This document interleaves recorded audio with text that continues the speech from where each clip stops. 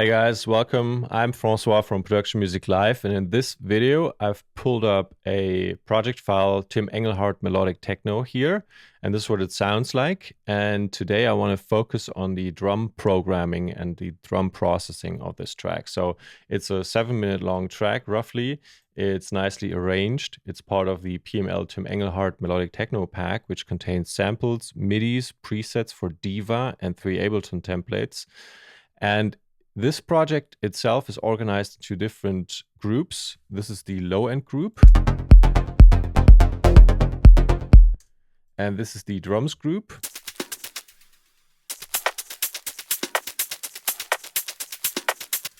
And then we have a group called music, which is all the other instruments.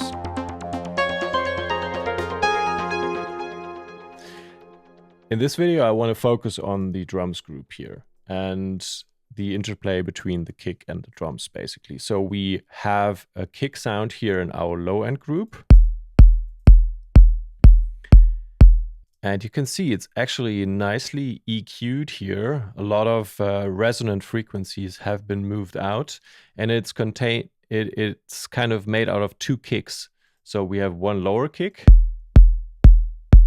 and then we have the click. And together.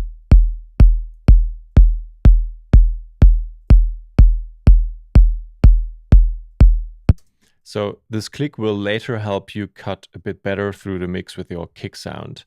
And if we just play the kick with our drums group,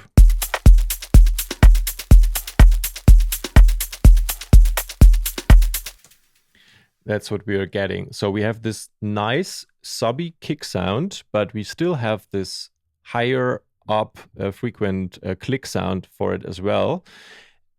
But this low kick sound enables us to not spend too much bass on our low frequency. So our bass elements here are not too subby, actually, if we look at them in general.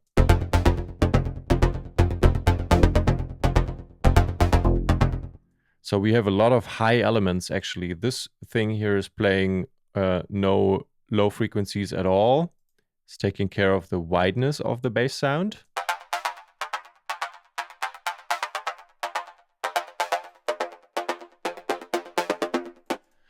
And then we have this other element here taking care of the lower frequencies of that bass.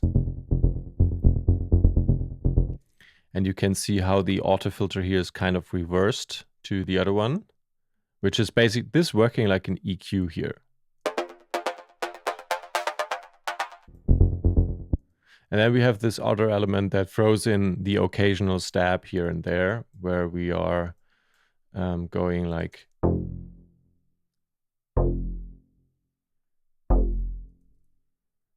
And then all together, it's like this.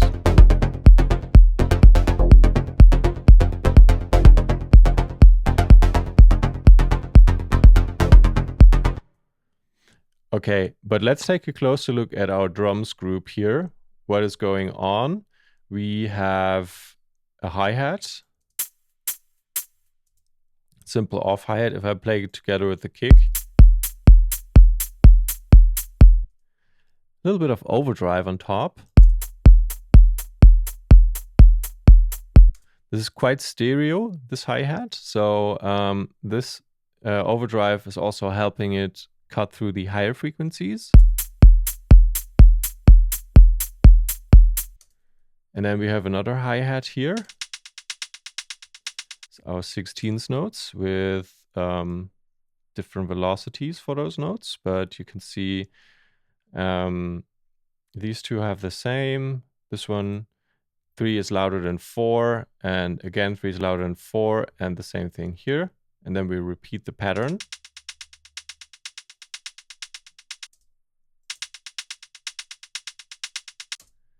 And then we have something called noise tools, which is interesting. We have this operator.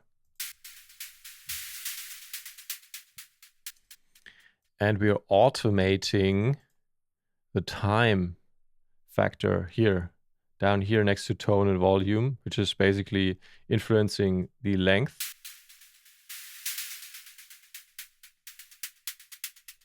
So this is routed to this macro control up here. And we are playing white noise, obviously, with this envelope, the shape of this envelope, no sustain at all, and longer release time. So release time is whenever our note is not being pressed anymore. We still have 1.15 seconds release time. And this time factor cuts off or lengthens that sound. So basically it's always 16 notes. If we take a look at it, and these are just a little shorter here, but they're not really, so no note is positioned in this 32 pattern here.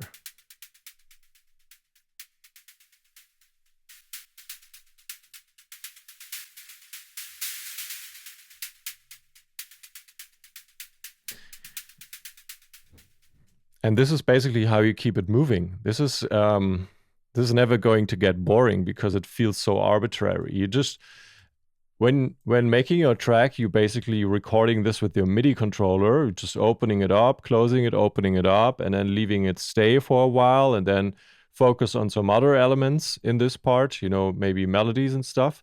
And then later, when you reach the end of some pattern, you bring it back up to sort of give the illusion of some climax being achieved.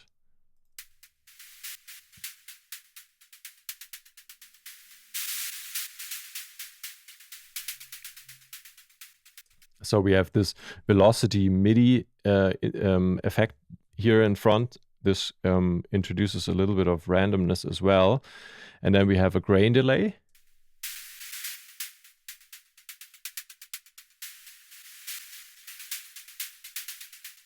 Spraying over the left and right a little, and we have EQ here. And then we're also sending it through the drums room reverb, which is a drum reverb, 1 second decay time. I mean, this is a huge influence for the entire drum pattern.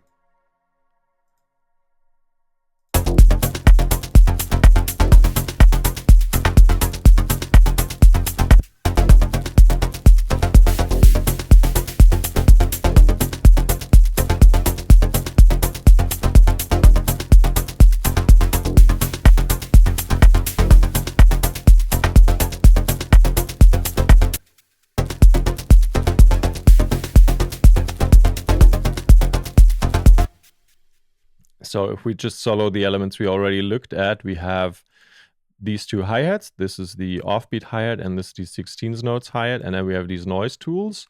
And then we have our kick.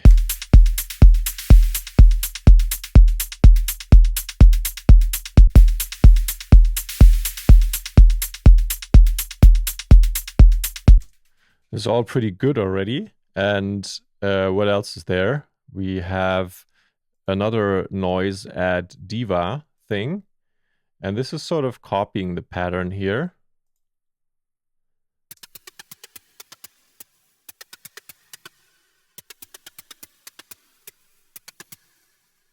There's some sort of random noisy sound. This is just a very short, whatever sound it is. You know, we have a very, very short decay time on that sound. And sustain is also down. Attack is at 0 for both our envelopes here. So the sound starts immediately and it sort of stops immediately as well because the decay times are very low.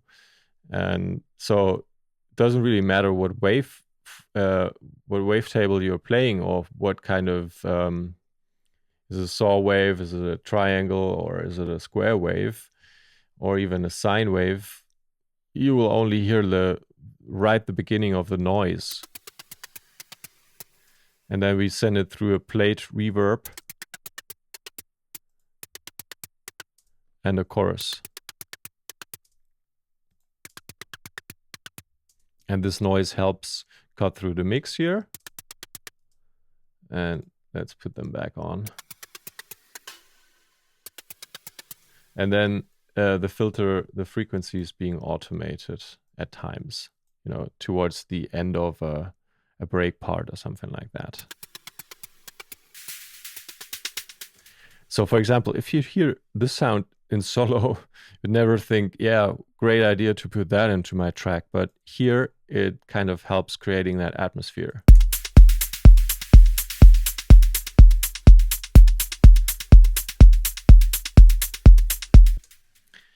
Okay, so next element, clap. Or a perky clap, kind of. That's just a percussive sound. It doesn't have a lot of high frequencies in there anymore. It's cut off. But this is nice. Like, these things work really well with this type of groove.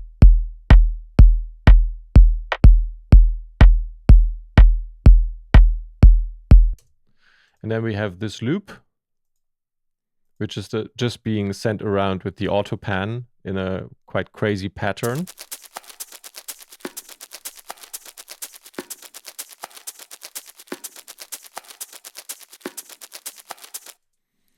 Some kind of organic plastic bag shaker type sound. So what else is left? This guy here.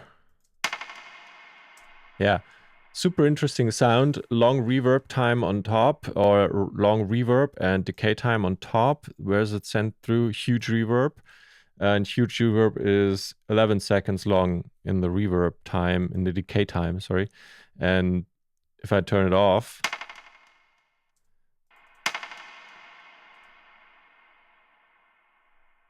is that thing that opens up your drum pattern. Every listener will be like, "Oh, that was interesting. What was going on there? Something fell, or something? Something bounced off the floor and bounced on it again." And here it's already in this perky sample, which is also part of this Tim Engelhardt melodic techno pack here. We have a sample pack in that one as well, where you have one-shots, claps, perks, stuff, and kicks as well. That's a good one. It has a good low end here. If you have these focused on low end kicks, then you don't need too much lows in your bass sound. If they have a long sustain and release as well. Somebody was asking that yesterday, how to mix the low end of their track. And so if you have a snappy kick and you decide to mix your kick more around higher frequencies, then you have a lot of room for your sub bass in the lower frequencies. But if the kick is designed to occupy the low frequencies, well, then don't put in too much sub bass, or otherwise this is going to be a little more tricky then. You know, you have to create a nice mix between your bass and your kick then. And here in this track, for example, our kick is more taking care of that low frequency stuff, because that's also a very subby kick. Okay, so now let's play it together.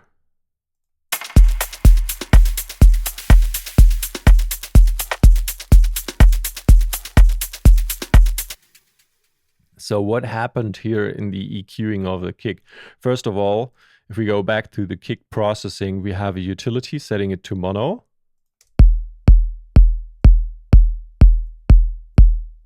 Just making sure any information in the kick is mono. And then we have this quite surgical EQing here going on. And let's see what actually was EQ'd. So I'm putting the headphone mode on so we can listen to these single elements. Yeah, we're taking off this note, basically, E2. We don't want too much E2 in our kick. That's so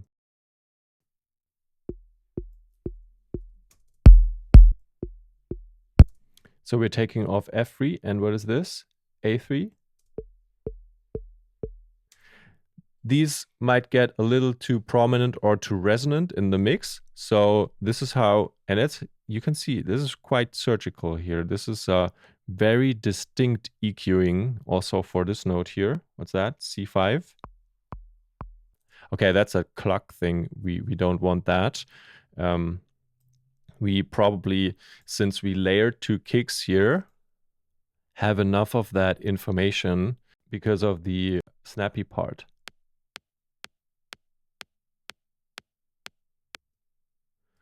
So we rather want to focus on this area here in the snap and get a little bit of less of this one. Minus 2.6 decibels here. We don't want this, which is not too heavy in this sound, probably more here.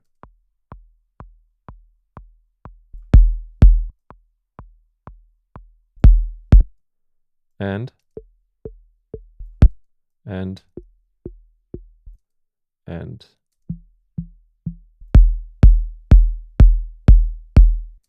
so very interesting.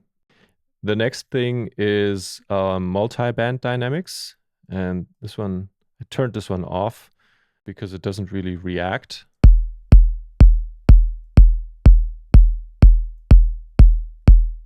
Threshold is too high to have it even reacting, but what's the difference if we put off mid?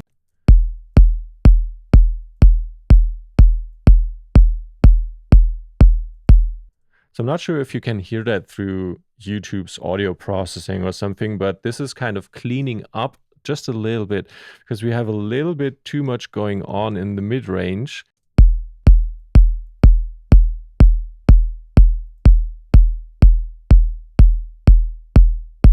It sounds more boxy when we take it off, and it sounds more snappy when we turn it on.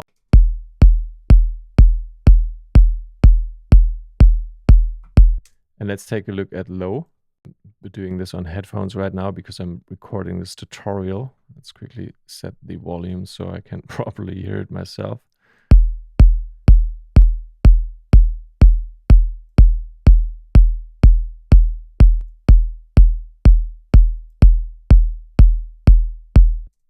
Yeah, so it's quite subtle. We are adding a bit to the perceived feeling of the release of that sub part of our kick. So it feels a bit warmer and longer. In general, this is more a mixing question at the end of the day. It's not going to be the first thing you're doing when you start your track.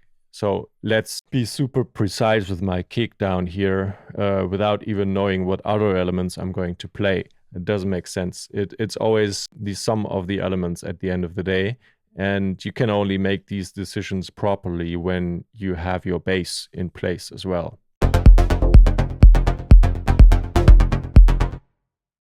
Okay, let's zoom out a little and see what else we have. Height adjusting, and we have a few more drum elements or elements in the drums group. And we have this guy here, noise tools. A nice operator sound. What is it? It's a noise, again, white noise, and we have an LFO playing. And this is just like the rate is moving around here. So if I'm showing the automation, it's moving up here, for example. And our filter as well, the frequency. And then we are sending it through this echo. Simple riser effect in this case. And then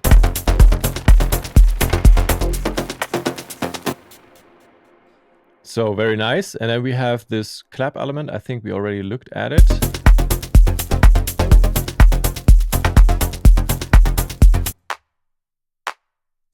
Oh, we looked at the other one, but this is, we looked at this one here. Yeah, so this is actual claps. Also pitched down a little and layered. Mini clap, clap, trap, trap, clap, and melodic techno track. It's nice. You have this one, which is more reduced. And then after a while, you can bring in the actual one. It will have a big impact because it wasn't there before. And it feels like, all right, this still keeps going.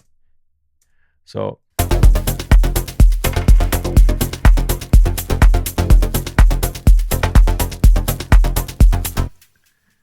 okay, and what else? We still have this one. Yeah, this top loop here, which comes after 4 minutes for the first time.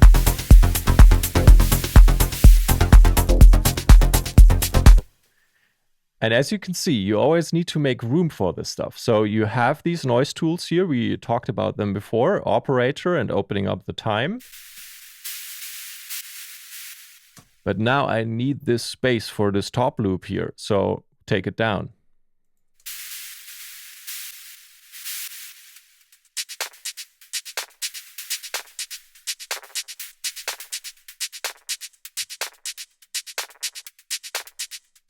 Which is a super nice top loop, by the way. That thing's just groovy.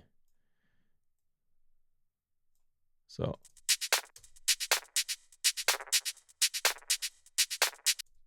Just keep in mind, make room for elements like this, either with EQ or with automation of sustain and decay times. So this short has only short attacks here.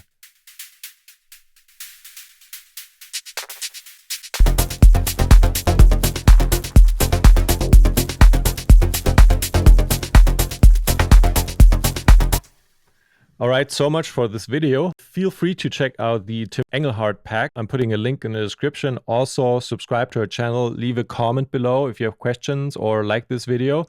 Leave a like, ring the bell. Check out our website, productionmusiclive.com. That's the website supporting this channel and giving us the ability to put out videos like this one. We have online courses, start to finish in Ableton, harmony, writing chords, how to write melodies, how to mix and master your track in Ableton with only using Ableton stock effects or also using state-of-the-art effects. So feel free to check it out, productionmusiclive.com. I hope you enjoyed this video and see you next time.